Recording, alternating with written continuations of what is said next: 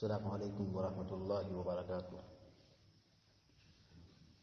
الحمد للہ رب العالمین والعاقبۃ للمتقین والصلاة والسلام على اشرف الانبیاء والمرسلین نبینا محمد وعلى آلہ وصحبہ اجمعین ومن تبعهم بإحسان الى یوم الدین وبعد۔ اعوذ باللہ من الشیطان الرجیم، بسم اللہ الرحمن الرحیم۔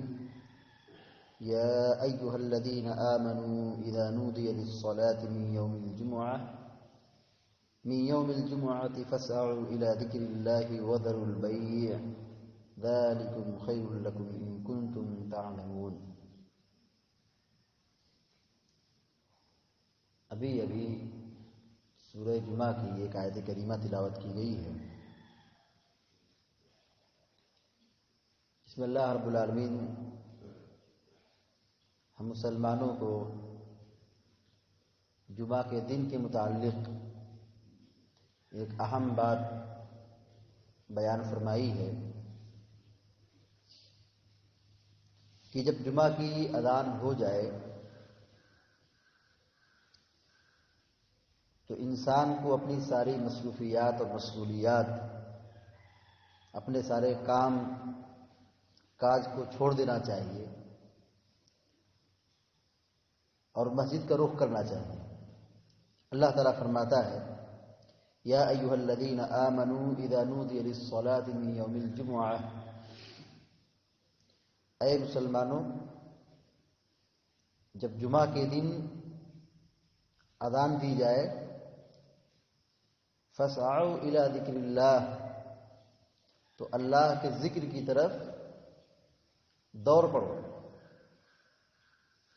وذروا البیع، کاروبار چھوڑ دو، تجارت کرنا چھوڑ دو۔ ذالکم خیر لکم ان کنتم تعلمون، اس میں تمہارے لیے بہت بڑی بھلائی ہے اگر تم جانتے ہو یا تمہارے پاس اگر علم ہو۔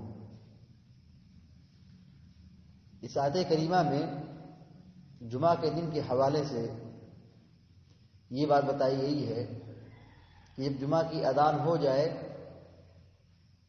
تو کاروبار بند کر دینا چاہیے، اپنی ساری مصروفیات اور مشغولیات کو چھوڑ دینا چاہیے اور سیدھے مسجد کا رخ کرنا چاہیے۔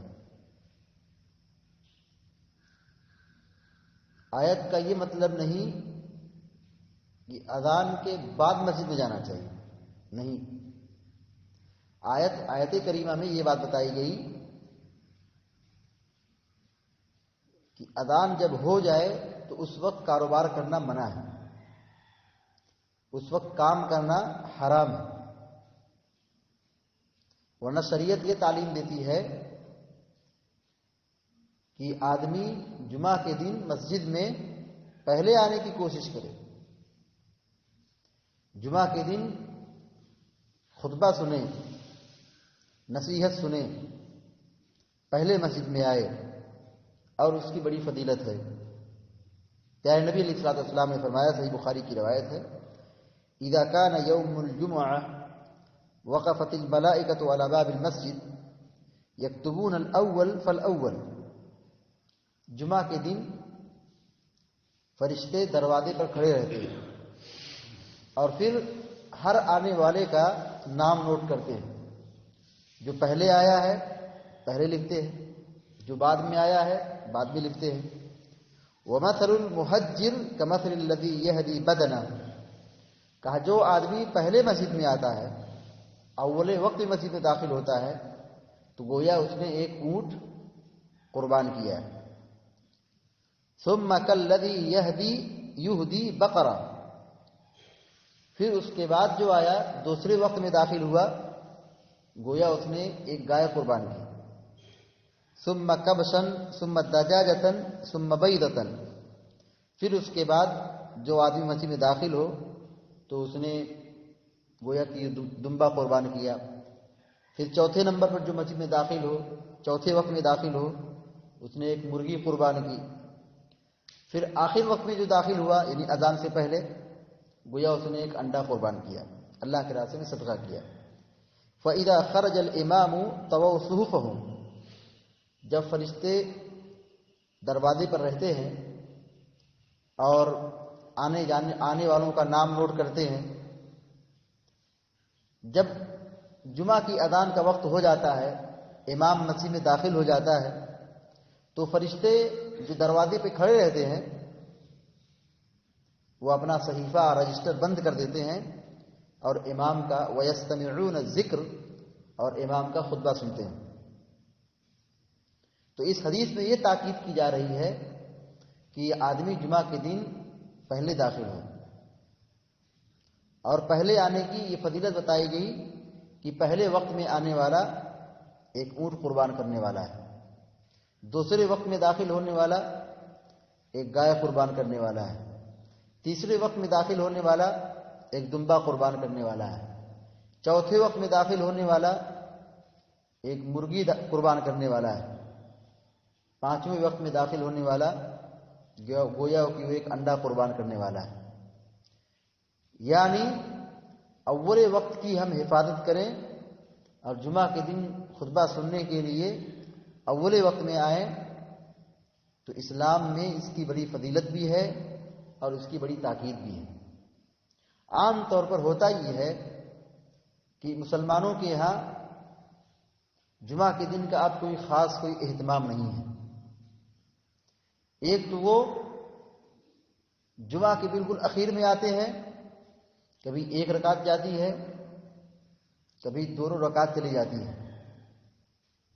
بہت افسوس کی بات ہے، جمعہ یہ دنوں کا سردار ہے، جمعہ یہ سب سے بڑا دن ہے، سب سے اہمیت والا دن ہے، یہ ہفتے کی عید ہے، ہم اور آپ اس دن بھی سستی اور کوتاہی کریں، واقعی یہ بہت بڑی محرومی کی بات ہے۔ اور مسلمان اسی وجہ سے تو مار کھا رہا ہے، اسی وجہ سے تو بدنام ہے، اسی وجہ سے ہر جگہ اس کو ذلت مل رہی ہے۔ کیوں؟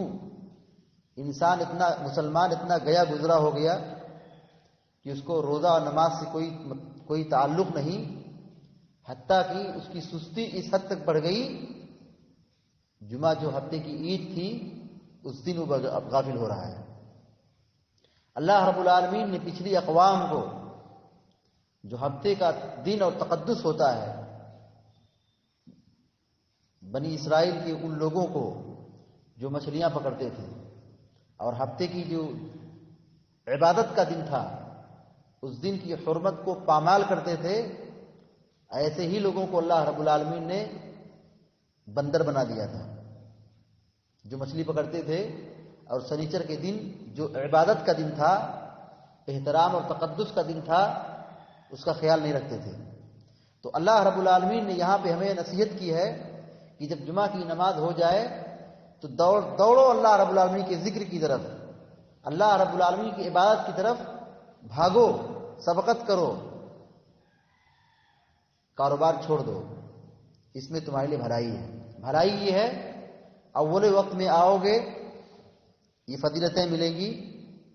اول وقت میں آنے والا ایک اونٹ قربان کرنے والا ہوتا ہے، دوسرے وقت میں آنے والا ایک گائے قربان کرنے والا ہوتا ہے، اس کے بعد جو آئے اس کے لیے ہلکی اور چھوٹی فضیلت ہے۔ اور پھر ایک بھلائی یہ بھی ہے کہ آدمی امام کے خطبے سے مستفید ہوتا ہے۔ ہم اور آپ لیٹ آتے ہیں، خطیب نے جمعہ کے خطبے میں کیا نصیحت کی ہے، دین کی کیا تعلیم دی ہے، دین کا کیا مسئلہ بتایا ہے، ہماری کس کمزوری کی طرف رہنمائی کی ہے، ہم نے نہیں سنا، تو ہمارے اندر اصلاح اور سدھار کہاں سے ہوگا، ہماری تربیت کہاں سے ہوگی۔ جمعہ سے بہتر کوئی دعوت و تبلیغ کا مرکز نہیں ہے، سب سے بڑا پلیٹ فارم یہ ہمارا یہ جمعہ کا خطبہ ہے اور یہ منبر ہے۔ تو جمعہ کا خطبہ ایسا ہو کہ جس کو لوگ سمجھ سکیں، جس کو لوگ جان سکیں، جس کے مطلب کو لوگ جان سکیں، سمجھ سکیں اور اپنے اندر سدھار اور تربیت پیدا کر سکیں۔ خطبے کا یہی مقصد ہوتا ہے۔ خطبے کا مقصد یہ نہیں کہ صرف منبر سے عربی زبان میں کچھ باتیں بتا دی جائیں، یہ خطبہ نہیں۔ خطبے کا مطلب یہی ہوتا ہے کہ انسان کو اور سماج کو کس چیز کی ضرورت ہے اس چیز کی وضاحت اس جمعے کے خطبے میں منبر پر اس زبان میں بتائی جائے جس زبان کو لوگ جاننے والے ہیں، ورنہ پھر خطبے کا مطلب اور جمعے کا کوئی مطلب ہی نہیں رہ گیا۔ اس لیے ہماری یہ کوشش ہونی چاہیے، ہماری یہ ذمہ داری بنتی ہے کہ ہم جمعے کا دن کا احترام کریں اور اول وقت میں جمعہ کے دن مسجد میں آنے کی کوشش کریں اور خطیب کے خطبے سے بھرپور استفادہ کرنے کی کوشش کریں۔ اللہ رب العالمین سے دعا ہے کہ اللہ تعالی ہم سب کو کہنے اور سننے سے زیادہ عمل کرنے کی توفیق عطا فرمائے اور جمعہ کے دن سے فائدہ اٹھانے کی توفیق عطا فرمائے، آمین یا رب العالمین۔ اقول قولی ھذا واستغفر الله لي ولكم لسائر المسلمين فاستغفروه انه هو الغفور الرحيم، وصلى الله على نبينا محمد وعلى اله وصحبه اجمعين وسلم تسليما كثيرا كثيرا، والحمد لله رب العالمين، والسلام عليكم ورحمة الله وبركاته۔